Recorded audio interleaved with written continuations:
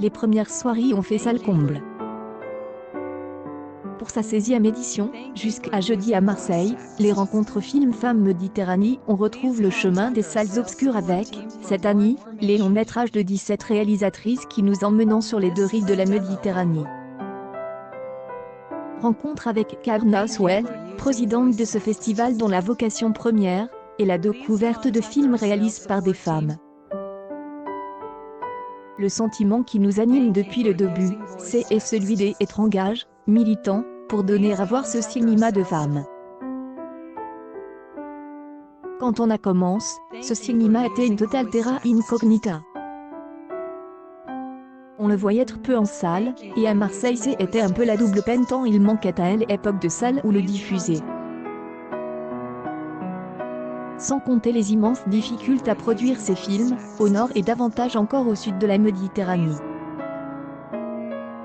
Plus que précurseur, on a le sentiment d'avoir des friches. On a montré plus de 500 films en 16 ans. On peut dire que le paysage a changé.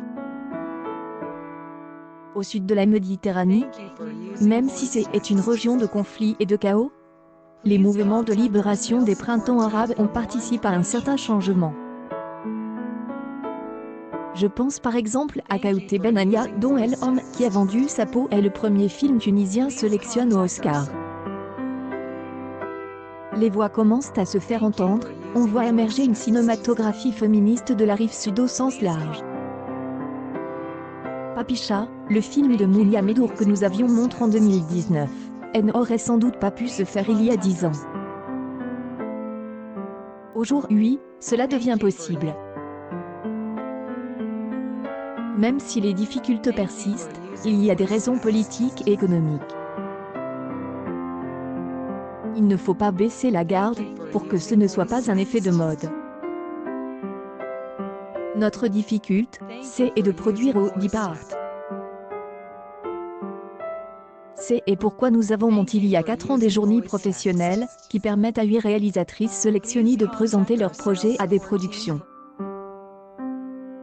Et beaucoup de films ne sont malheureusement pas vus dans leur pays, soit par défaut de salles de cinéma, soit pour des raisons politiques.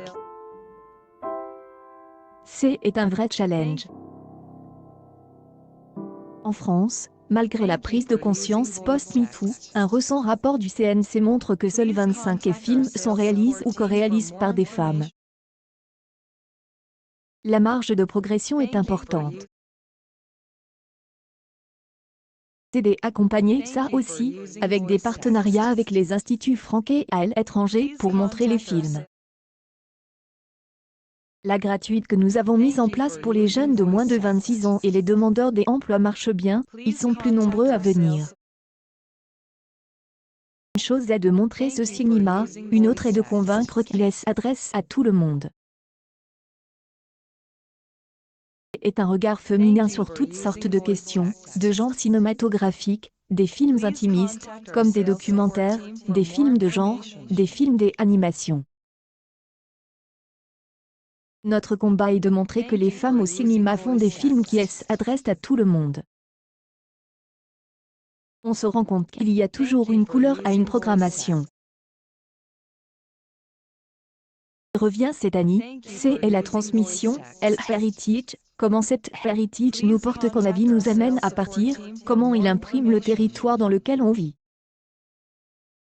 C'est un thème que on retrouve dans Radiograph à Family, de Firouzeh Khosrovani qui vit à Téhéran, ou de Melmri Box, film de Clocha en présence des réalisateurs libanais Johanna Hadji Thomas et Khalil Jorej. Aussi un hommage à la réalisatrice et photographe italienne Cecilia Mergni, seule femme cinéaste du néo-réalisme italien. Mercredi soir à El Rembouin, il y a aussi leur Algérie, le très beau documentaire de Lina Swalem sur la séparation de ses grands-parents, absolument magnifique.